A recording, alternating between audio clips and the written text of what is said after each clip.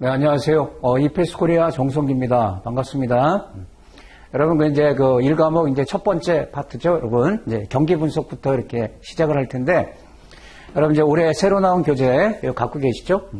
이 교재 따라가면서 이제 강의를 진행하겠습니다. 저는 이제 PPT로 이렇게 진행을 할 텐데, 그 순서가 똑같기 때문에 여러분, 이제 지장 없으실 거예요.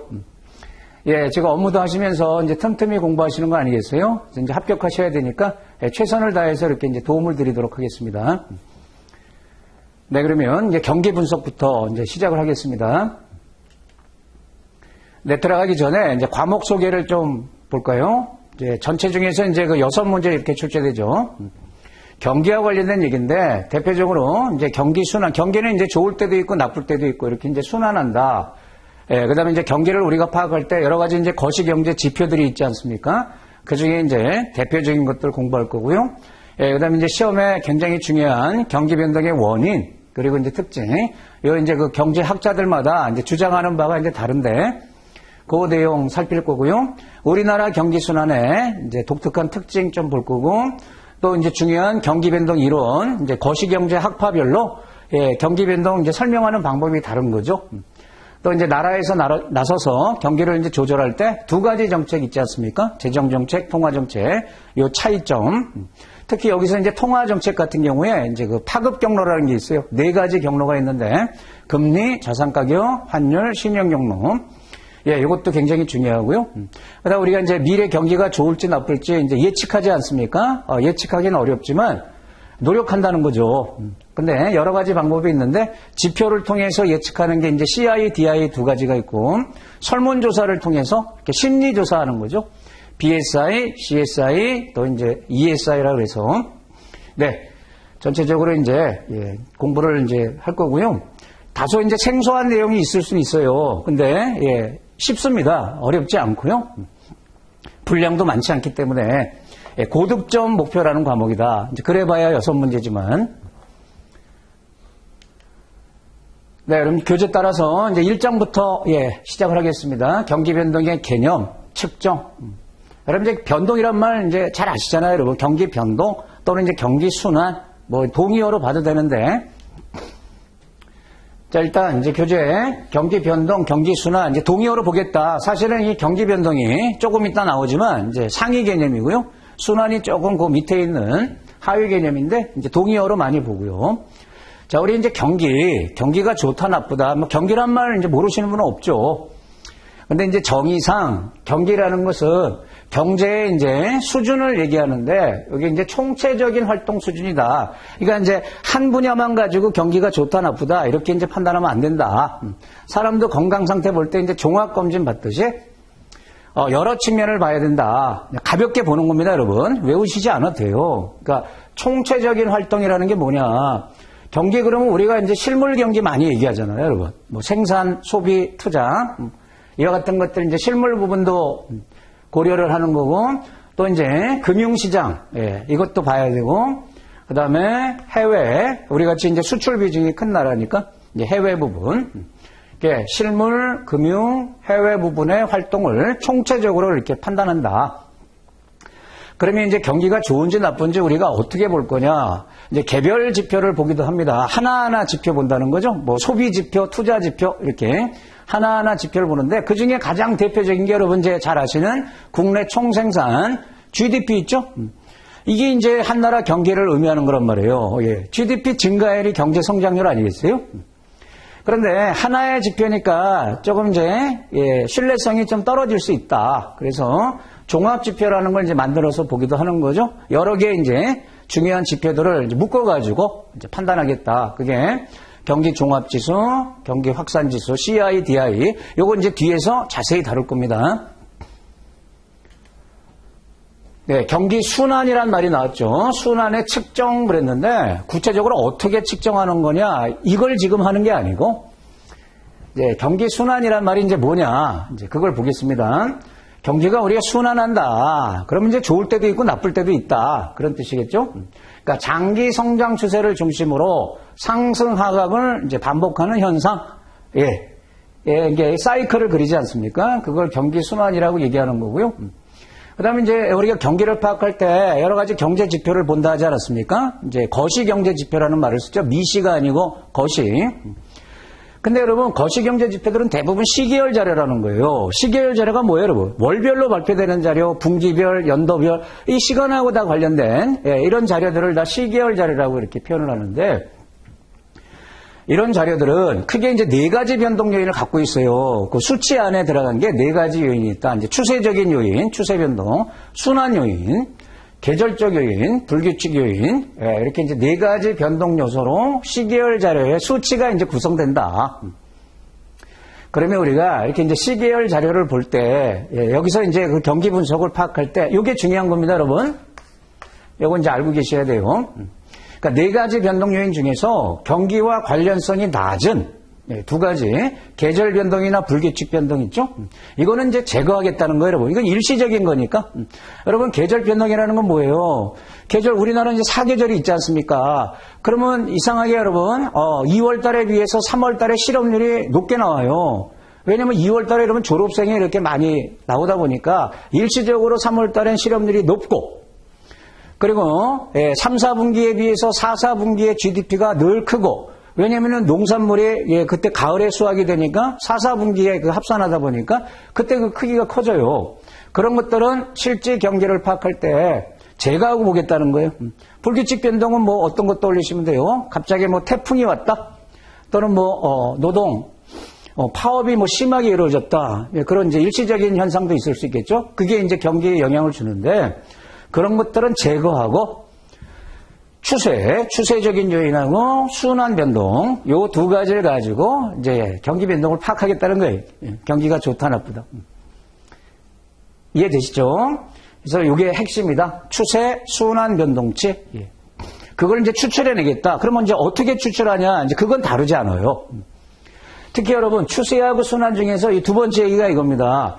자, 경제 성장 속도가 빨라서 경제 지표들이 높은 증가 추세를, 추세 자체가 굉장히 높은 그런 형태를 보일 때는 또 추세 변동 요인을 제거하고 순환 변동치를 가지고 이제 경기를 파악한다. 그래서 경기 변동, 네 가지 요인이 있지만 그 중에 순환 요인이 중요하니까 경기 순환, 같은 용어로 보겠다는 거예요.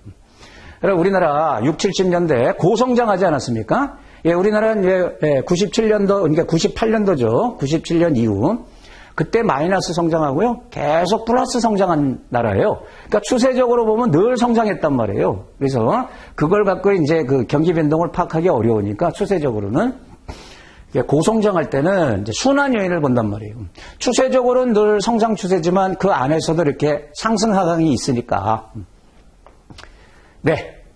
자, 이제 자세하게 말씀드렸는데, 자, 정리를 해보겠습니다. 네 가지 변동 요인이 들어가 있다. 그 중에 일시적 현상에 해당하는 계절하고, 특수성이죠. 계절 특수성에 따라서. 그 다음에 불규칙 요인, 요건 제거하고, 추세하고 순환 변동, 그것으로 이제 경기 크기를 이제 파악하는데, 그 중에서도 전제 조건이 뭐다? 경제 성장 속도가 이렇게 빠르면, 그러면 추세 요인 갖고는 의미 파악이 안 된다. 그래서 이제 순환 요인, 그걸 가지고 이제 파악을 한다. 됐습니다. 자, 교재에도 여러분, 이제, 이 파동 그래프가 있죠? 자, 장기적으로 보면 대부분의 국가들이 이렇게 추세적으로 성장을 하게 돼 있어요. 왜냐면 이제 기술도 발전하고 자본도 축적되고 인구도 늘고 그러니까 장기적으로는 이렇게 이제 상승 추세를 갖고 가는데, 근데 이제 이 사이에서도 이렇게 왔다 갔다 한다는 거죠. 우리가 이제 이렇게 나쁠 때도 있고 좋을 때도 있는데, 요 이제 경기가 가장 나쁠 때를 저점이라고 이렇게 얘기하고요. 가장 좋을 때를 정점, 고점이라는 표현도 쓰지만 정점이란 말을 많이 써요. 그리고 또 바닥, 저점, 이렇게 계속 이제 반복하면 우리가 이제 저점부터 저점까지, 그 다음 저점, 또는 정점부터 그 다음 정점까지를 한 순환주기에 이렇게 표현하지 않습니까? 영어로 하면 이제 사이클이 되는 거죠. 그게 이제 몇 개월이냐, 이제 그런 것들을 본다는 거예요. 자, 그러면 저점부터 그 다음 저점까지 이렇게 이제 파동으로 움직이는데, 요걸 이제 분석할 때 4단계로 나눠서 이제 분석할 수도 있고요. 그 다음에 이제 2단계로 나눠서, 무슨 말이냐면, 여기 이제 추세선이 있지 않습니까? 그럼 밑에서 바닥 찍고 올라가는, 그 다음에 정점 찍는, 또, 이 추세까지 오는 또 밑으로 떨어지는 이렇게 회복, 호황, 후퇴, 불황. 용어는 여러분 이제 교재마다 조금씩 달리 쓰는데 이렇게 4단계. 회복이다, 예, 호황이다, 예, 불황이다, 후퇴다, 불황이다 이렇게. 근데 여러분 이게 무 자르듯이 이게 구분이 잘 안 돼요. 요 국면하고 요 국면이. 그래서 예, 이분법을 많이 씁니다. 2단계로 나눠서 한 사이클을 예, 저점부터 정점까지를 확장 국면이다. 경기가 꾸준히 좋을 때. 그리고 예, 경기가 이제 안 좋아지는 것을 예, 수축 국면이다. 이렇게 확장 국면, 수축 국면. 그러니까 한 사이클은 이렇게 된다는 거예요. 네, 참고로 여러분 이 그래프가 뭘로 이렇게 만드는 거예요? GDP로 만드는 거예요, 여러분. 실질 GDP의 크기를 이렇게 좌표를 찍어가지고 쭉 연결하는 거예요.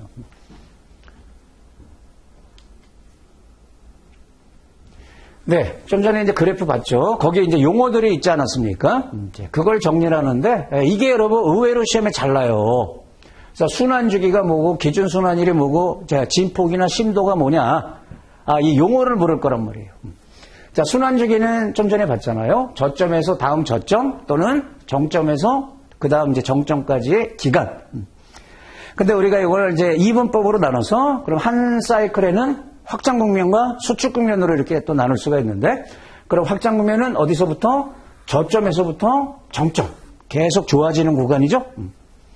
그럼 수축은 반대겠죠? 정점에서 저점. 예, 계속 이제 하강하는 국면. 그걸 이제 수축 국면이라고 이렇게 얘기하는 거고요.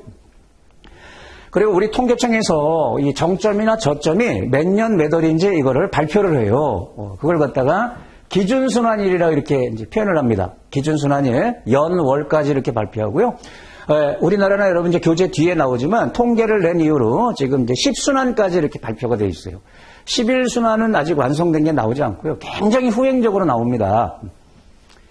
예, 정점이나 저점, 발생한 구체적 시점. 이걸 뭐라고 표현하냐? 이제 기준순환일이 되는 거고요. 그 다음에 진폭, 심도는 같은 말입니다. 순환, 진폭, 심도, 요건 뭐냐면 아까 요 그림에서 높이를 얘기하는 거죠. 저점과 정점 간의 요 높이 차이. 요게 이제 진폭 또는 심도. 그럼 여러분 요게 작아야 안정적으로 움직이는 거 아닙니까? 예, 크면 들쑥날쑥한 거란 말이에요.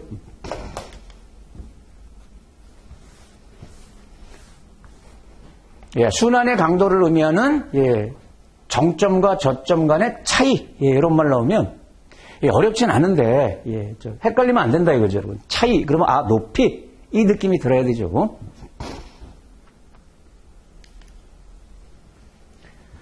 자, 다음으로 가서 이제 주요 거시경제 지표를 볼게요, 여러분. 우리 교재에 보면 여기 이제 부록이라고 이렇게 되어 있을 거예요, 여러분 제목에. 근데 의외로 여러분 이 부록이 굉장히 중요합니다. 예, 부록에 있는 내용이. 그래서 이제 한 나라에 여러분 이제 국민소득, 그게 이제 경제 규모인데 국민소득 계정이라고 되어 있는데 국민소득을 측정하는 방법이 여러 가지가 있는데 지금은 다 GDP로 측정하지 않습니까? GNP도 있잖아요, 여러분. GNP, GDP 뭐 여러 가지가 있는데 예, 지금 글로벌 시대니까 GDP, 그러니까 국적을 따지지 않고 한 나라에서 생산된 총량. 예, 그것으로 이제 경제 규모를 파악한단 말이에요. 그래서 이제 국내 총생산, 이거 보겠다는 겁니다, 여러분. 요만이 중요한 게 아니고 요걸 측정하는 대표적인 게 예, 국내 총생산이다. GDP다. 그러면 이게 예, 총체적인 실물 경제 이제 흐름, 총생산량이니까 그걸 나타내는 거시지표다. 그러면 이 GDP는 어디서 추계하냐? 한국은행에서 추계합니다. 한국은행이. 근데 분기, 연도별. 그러니까 1사분기, 2사분기 이렇게 분기별로, 월별로 나오지 않습니다. 분기 또는 연도별로 이렇게 이제 측정을 하고요. 이 GDP를 계산할 때 GDP는 이거 아닙니까? 이제 물건을 만들었다. 그런 거, 그 당해년도에 만든 수량에다가 예, 가격을 이렇게 곱하는데, 이제 수량은 그 해, 측정 그 연도에 생산량을 보는 거고요. 근데 이 가격을 이제 두 가지로 측정을 하는 거죠. 명목상의 가격, 그 다음에 이제 불변 가격. 예, 그 차이를 갖고 이제 물가 변화를 이제 보는 거예요. 그래서 명목 가격과 불변 가격 기준으로 이제 나눠서, 그럼 명목 GDP, 실질 GDP 이렇게 되는 거고요. 요거 이제 조금 이따 보겠습니다. 이제 물가 지수에서 나와요. 자, GDP를 여러 측면으로 이렇게 예, 생각해 볼 수가 있는데 우리가 이제 지출 측면이란 말을 쓰는데요. 예, 지출 측면에서 보면 GDP는 이걸 합산하는 겁니다. 예, 소비, 민간 소비하고 정부 소비, 그 다음에 기업이 하는 투자, 그 다음에 우리 이제 수출은 더하고 수입은 빼고, 이렇게. 민간 소비, 정부 소비, 그냥 묶어서 소비라고 얘기하죠, 여러분. 소비 더하고 투자 더하고, 여기 이제 그 정부 지출에 해당하는 거죠. 그 다음에 이제 수출은 더하고 수입은 빼고. 그래서 지금 여러분 이 과정에서는 이거 하나하나 계산하는 거 이런 걸 보는 게 아니에요. 여러분 큰 틀에서 그냥 GDP라는 개별 경제 지표. 한 나라 경제를 파악할 때 개별 지표로서 가장 탁월한 거, 그게 GDP니까. GDP를 어떤 사람들은 20세기 최고의 발명품의 하나다 이런 얘기도 해요. 근데 참고로 선진국, 우리나라를 포함해서 여러분 대부분의 선진국은 소비 비중이 큽니다. 소비 비중이. 그 교재에 보시면 이게 표로 여러분 그 비중이 나와 있는데 그거 외우실 필요는 없고요. 전체적으로 보면 민간 소비가 차지하는 비중이 커요. 그러면은 무슨 의미를 갖겠어요, 여러분? 경제를 부양해야 되겠다. 그러면 소비부터 살리는 게 제일 좋다는 거예요. 비중이 크니까. 그럼 소비가 죽으면 경제 안 살아난다, 이거예요. 비중 큰 거.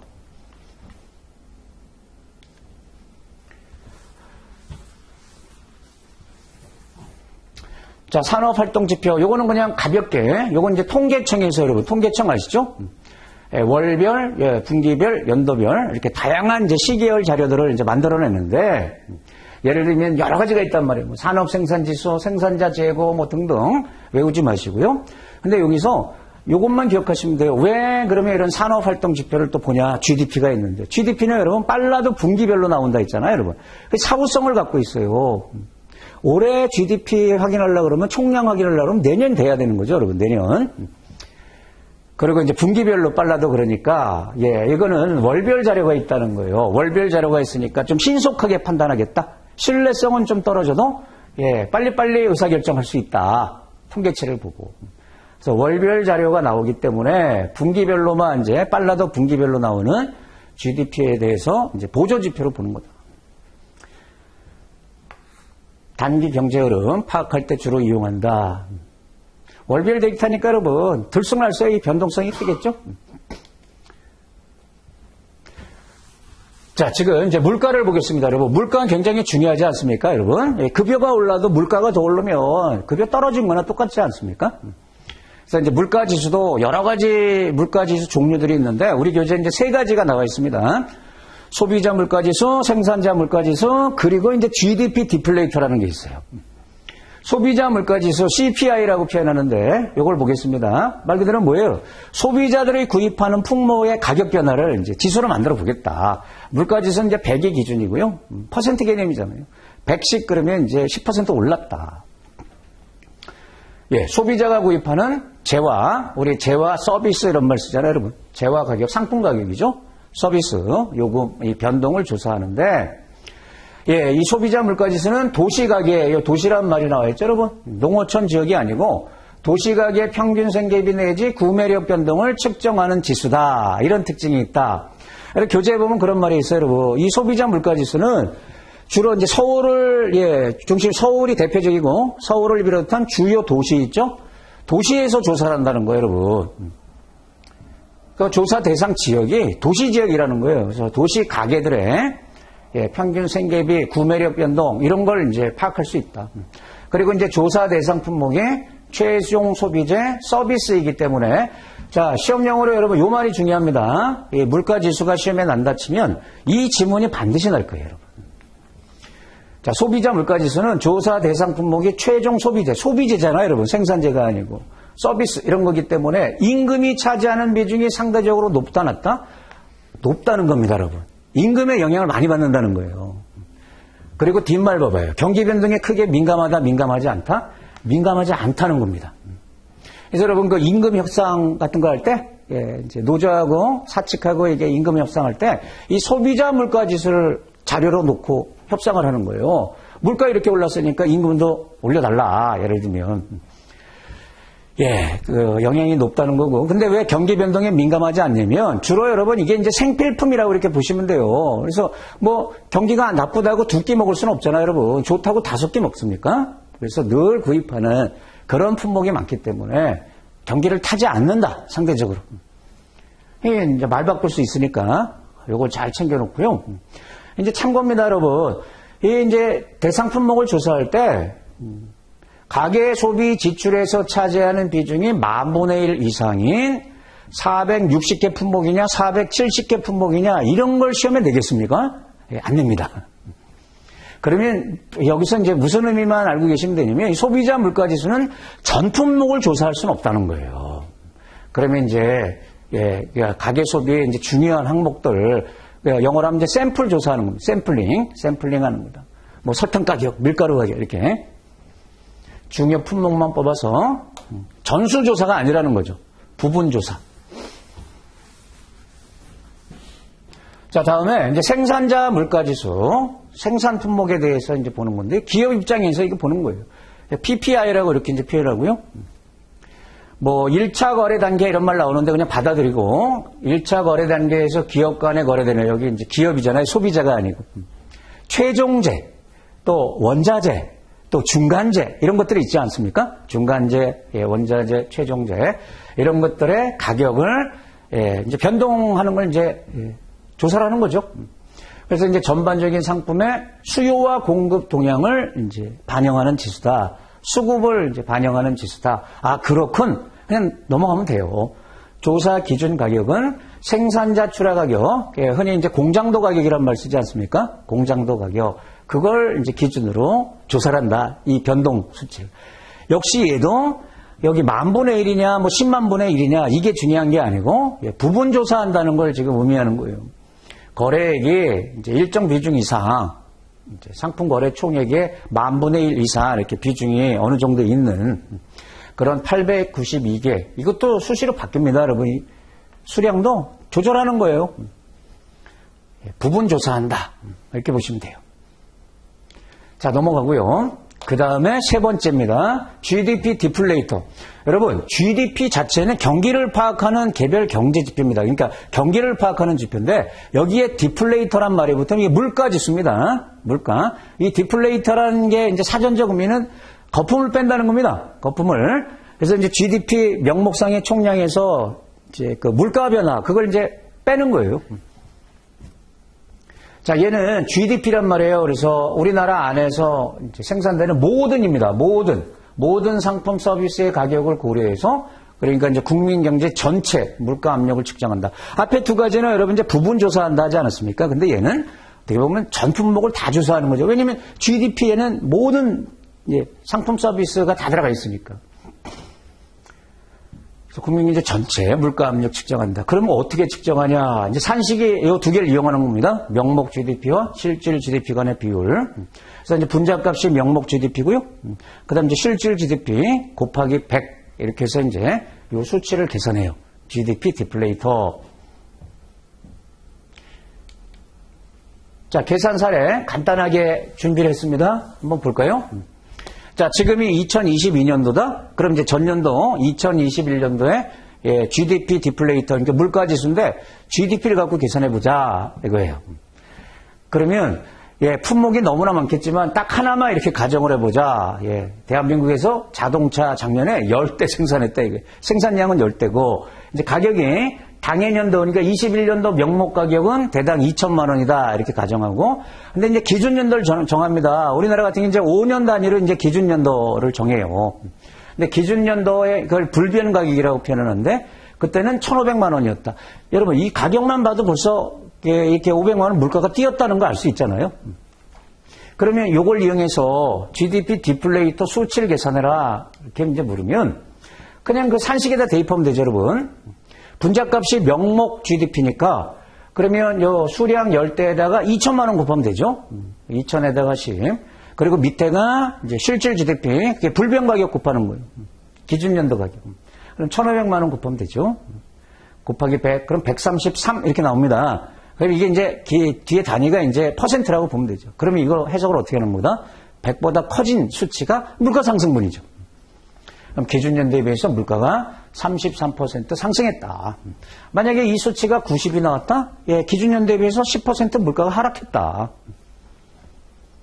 간단하지 않습니까? 자, 이게 자주는 아니지만 가끔 시험에 나는데 여러분 이렇게 하나를 주지 않고 두 개를 줄 수 있죠. 뭐 자동차도 있고 냉장고도 생산했다. 그러면 어떻게 되겠어요? 따로따로 계산해서 합산하는 겁니다. 따로따로 계산해서 이제 합산해가지고, 예, 똑같이 이제 비교하면 되겠습니다.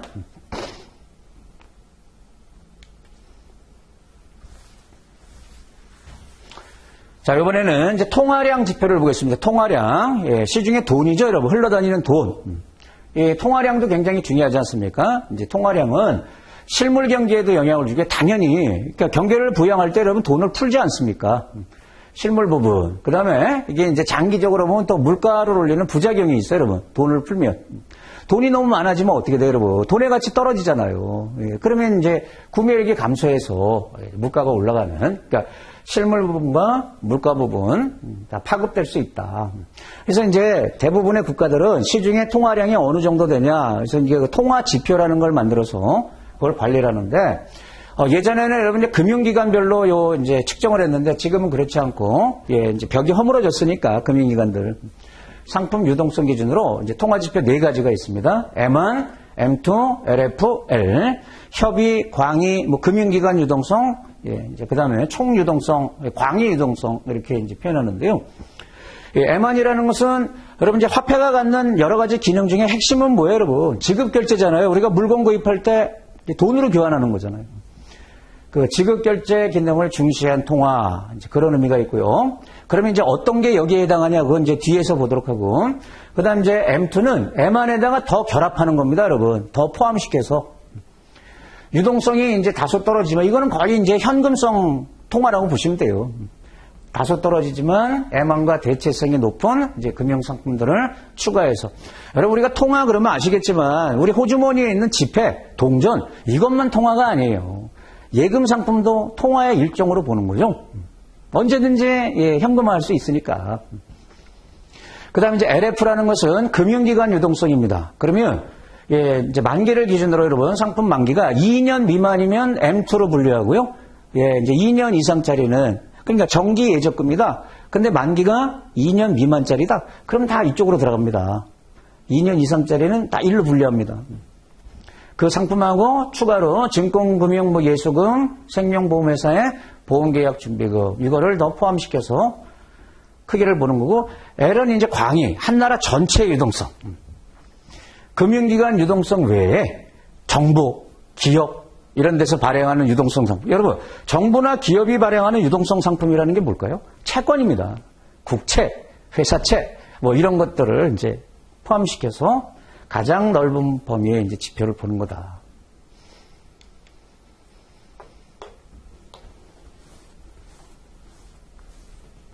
자, 그럼 이제 구체적으로 여러분, 예, 이제 시험은 이런 게 나올 수가 있어요, 여러분. 이게 M1으로 분리되는 거냐, M2로 분리되는 거냐, 이거예요. 그러면 가장 협의의 통화, 거의 현금성 통화 M1, 그러면 이거 외우세요, 여러분. 딱 3가지가 여기에 들어갑니다. 딱 3가지. 현금 통화. 우리 이제 지갑에 있는 현금 있죠? 현금 통화. 그리고 요구불예금, 수시 입출식 저축성 예금. 무슨 느낌이 들어요, 여러분? 언제든지 현금화 할 수 있잖아요, 여러분. 요구불, 수시 입출식. 예, 여기에 해당하는 요 이제 하나, 둘, 셋. 예, 그러면 이거는 M1이다. 협의의 통화다. 그러면 이제 M2는 여기 오타가 났네요. M2. M1에다가 더 결합한다. 근데 이제 기간물, 예, 예적금 및 부금, 예적 부금. 여기에 기간이 여러분 2년 미만짜리가 여기에 들어가요. 이 기준을 이렇게 가져간 거예요, 여러분. 만기가 2년 미만짜리는 M1에 들어가는 게 아니에요, 여러분. 6개월짜리다 그래서 M1 아닙니다. M1은 딱 요거로 정해놓은 거고, 기간이 있는 것들은 여기 아니면 여기인데 2년 미만짜리는 무조건 M2로 분류를 해요. 거기에 이제 시장성 상품 이런 것들이 다 단기 상품이란 말이에요. CD, RP 이런 게 단기 상품이고, 실적 배당 상품 이런 거 투자 상품인데 이것도 이제 2년 미만짜리면 일로 들어가고, 금융채, 금융기관이 발행하는 채권인데 이것도 2년 미만. 이게 다 전제 조건이 2년 미만이라는 거예요. 기타. 그래서 여러분 여기서 핵심이 이거 여러분. 단 2년 이상 그러면 제외된다는 거예요. 그럼 어디를 분류한다? LF. 금융기관 유동성. 그래서 M2에다가 더 포함시키는 거다. 2년 이상 유동성. 그리고 추가로 예수금, 보험계약 준비금. L은 LF에다가 더 뭘 집어넣는다? 여기는 금융채, 금융기관 관련된 유동성이라 그러면 그거 외에 이제 정부, 기업 이런 데서 발행하는 아까 말씀드린 국채, 뭐 지방채, 회사채. 금융채는 여기 안 들어가죠, 여러분. 금융채는 여기나 여기. 그래서 여러분, 이거를 완벽하게 머릿속에 이렇게 외운다? 그럴 필요 없습니다. 또 이제 쉽지도 않고요. 다 까먹잖아요. 그래서 요거 외우시고, 얘와 얘 중에는 기간이 2년, 그걸 잘 보시면 되고요. 그 다음에 금융채가 아닌 나머지 채권은 이쪽으로 들어간다는 거예요. 그래서 여러분, 통화량이 이거보다는 이게, 이 밑으로 갈수록 많은 게 좋아요. 이거는 거의 유동성 자금이니까 이게 산업자본으로 흘러갈 수가 없습니다. 그러면 이게 기업으로 자금이 흘러가야 될 거 아닙니까? 공장 뭐 설비 교체하고. 그러니까 이게 뒤로 가서 이쪽이 이제 큰 게 바람직한 거다. 뭐 그렇게 보시면 돼요. 자, 이번에는 이제 통화 유통 속도 보겠습니다. 통화 유통 속도. 자, 별표입니다. 출제가 아주 잘 돼요, 여러분. 그러니까 말 자체가 뭐예요, 여러분? 통화에 이제 돈이 잘 돌고 있는지, 돈의 이제 돈은 그 이제 회전율을 보겠다는 거죠. 그런데 이제 어떻게 계산한다? 요 산식의 명목 GDP를 통화량으로 나눕니다. 참고로 여러분 교재에는 안 나와 있지만 이 통화량을 M2를 쓰거든요. M2. 그러니까 예를 들어서 우리나라 명목 GDP가 뭐 1000조다. 예를 들어서. 근데 M2 통화량이 500이다. 500조다. 그러면 2회가 되는 거죠. 그러니까 풀린 돈이 거래에 몇 번 사용됐냐? 그 이제 회전율, 속도를 보겠다 이거예요. 평균 거래 횟수. 그러면 여러분 유통 속도가 높으면 돈이 회전이 잘 되는 거죠? 계속 돈이 도는 거다. 근데 이게 이제 떨어지면 떨어질수록 우리가 이제 유동성 함정이란 말을 쓰잖아요. 돈이 돌지 않는 거. 네, 가끔 역시 요거 이제 계산하는 것도 이렇게 나누는데 요거 주고 이 속도 계산하라 그냥 수치. 그럼 너무 쉽지 않습니까? 그래서 요 명목 GDP를 안 주고 요렇게 줄 수가 있어요, 여러분. 실질 GDP하고 GDP 디플레이터. 앞서 여러분 그 물가지수 GDP 디플레이터가 요걸로 나눈 거잖아요. 그러면 요걸 측정하려면 이 두 개 곱해버리면 되는 겁니다. 그래서 실질 GDP에다가 GDP 디플레이터를 곱해버리면 명목 GDP가 되는 거다. 그러면 대입해서. 자, 중요한 것은 요 계산 문제는 잘 안 나고요, 사실은. 자, 여기 이제 말을 잘 봐야 됩니다. 이 통화 유통 속도는 사후적으로 추계가 돼요. 왜냐하면 GDP를 이용하잖아요. GDP는 사후성이 있지 않습니까? 사후적으로만 추계되기 때문에 경기 변화, 인플레이션 압력 등을 중요한 말은 요거예요, 여러분. 예측하는 데는 유용하지 않겠죠? 예측은 미리 보겠다는 건데 이게 사후성을 갖고 있는 통계치를 어떻게 예측을 합니까? 그래서 유용성이 높지 않다. 사후적으로 추계된다. 그래서 예측에는 유용하지 않다. 이걸 이제 기억하셔야 되고요. 계속. 자, 우리나라는 장기적으로 어떤 추세다? 하락하는 추세다. 통화 유통 속도가 떨어져요, 여러분. 일이 안 돼요. 그러면 이걸 어떻게 해석해야 된다? 아까 그 분모 분자값 있잖아요, 여러분. 명목 GDP를 통화량으로 나눈 거니까 명목 GDP 증가율보다 통화량 증가율이 크다. 그러니까 명목상의 GDP 통화량이 M2를 쓰는 데 있는데, 여러분 이걸 측정한 게 벨로시티 속도 아닙니까? 유통 속도인데. 얘가 증가하고 얘가 증가하는데 얘가 많이 증가하면 얘 떨어지는 거 아니겠어요? 그러니까 둘 다 늘어났는데 통화량 증가율이 더 크면 얘는 떨어진단 말이에요. 이렇다는 겁니다. 그래서 하락하는 추세다. 명목 GDP 증가율보다 통화량 증가율이 크다. 이렇게. 그 다음에 요거는 계산 문제가 정말 잘 납니다. EC 방식으로 우리가 이 통화 유통 속도를 활용해서 적정 통화량 증가율을 이제 산정하는데요.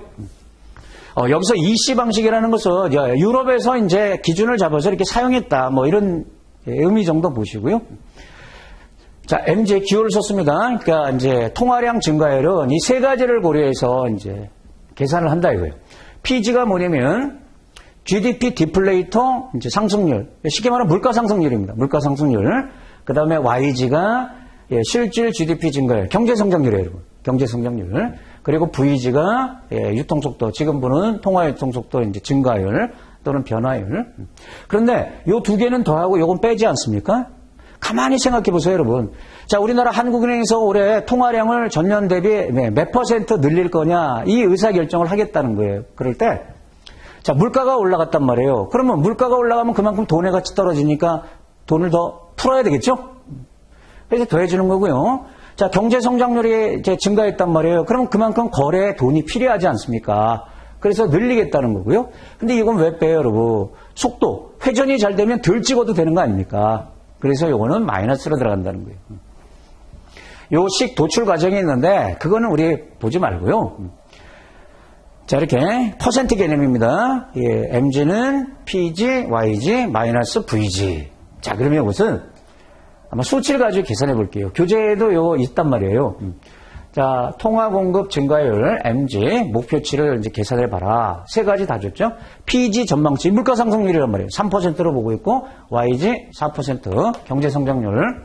vg는 마이너스 1%. 이제 여기를 잘 보셔야 돼요, 여러분. 이게 플러스로 줄 때가 있고 마이너스로 줄 때가 있단 말이에요. 거기에 따라서 더 할 거냐 뺄 거냐 이게 이제 다른 거죠. 그러면 벌써 암산되죠, 여러분? 이거 얼마 나와요? 답이 두 개 더하고 이거? 그럼 더하는 거예요? 1% 빼는 거예요? 속도가 지금 그냥 떨어지는 거잖아요. 그럼 풀어야 되겠죠? 돈을 증가시켜야 되니까 8% 되겠네요.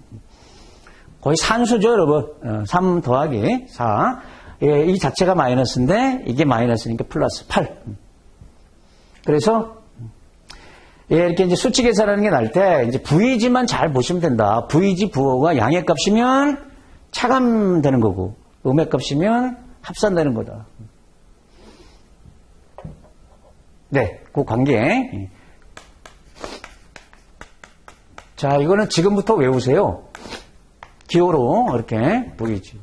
그럼 이 관계를 이용해서 여러분 세 가지 수치를 주면 나머지 하나 얼마든지 계산이 되는 거 아닙니까?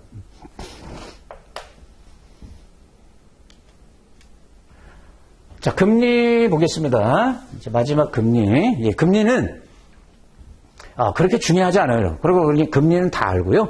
여기 뭐 자세한 내용이 없습니다, 교재에. 일단 이제 금리가 뭐냐 다 아시죠, 여러분? 우리가 이제 자금 사용의 대가로 주고받는 게 이자, 금리잖아요. 자, 1번은 별거 아니에요, 여러분. 금리는 여러 가지의 영향을 받는다, 이런 뜻이에요. 여러 가지를 반영해서 금리가 결정되는 거다. 자본의 한계 수익률, 또 현재 소득, 미래 소득, 그 다음에, 예, 이제, 경제 성장률, 뭐 이런 뜻이죠. GDP, 자금 시장의 수급 상황, 뭐 이런 거에 따라서 금리는 결정되는 거고. 자, 2번 보겠습니다. 경제가 선진화될수록 자본 축적이 진행되면 자본의 한계 수익률이 어떻게 된다? 떨어진다. 여러분 경제학에서 한계 수익률이라는 말을 쓰는데 한계 그럼 뭐예요? 한 단이라는 원래 뜻이거든요. 그러면 기업들이 여러분 자금을 조달했단 말이에요. 그럼 그걸 투자를 할 거 아니에요. 그럼 조달해서 투자했을 때 나오는 수익률, 자본을 한 단위 증가시켜서 예, 벌어들이는 수익률을 한계 수익률이라고 그래요. 그러니까 쉽게 그냥 투자 수익률이라고 보세요, 여러분. 투자 수익률. 근데 이게 떨어진다는 거예요. 왜냐면 여러분, 이제 경제가 선진화되면 더 이상 투자할 데가 있겠다, 없겠다? 없겠다. 그러면 이제 투자처가 없어지니까 투자 수익률, 이제 높은 수익률 내기가 어렵다. 그러면 기업들이 자금을 빌리려고 한다, 안 한다? 안 한다는 겁니다. 자금 수요가 이제 감소하니까 이게 반영돼서 실질 금리가 떨어지는 추세다. 그러니까 만약에 여러분 여기다가 가로놓기 이렇게 하면 판단되시죠? 하향 추세냐 상승 추세냐. 예, 우리나라 여러분 금리 봐보세요. 선진국이 되면 대부분 금리가 한 자리대고 제로 금리가 될 수도 있단 말이에요. 자, 그 이유를 지금 본 거고. 그 다음에 이제 금리 종류도 굉장히 많은데, 이제 우리나라 같은 경우, 이제 시장 금리로, 시장 이제 대표성 갖는 금리를 얘기하는 거잖아요.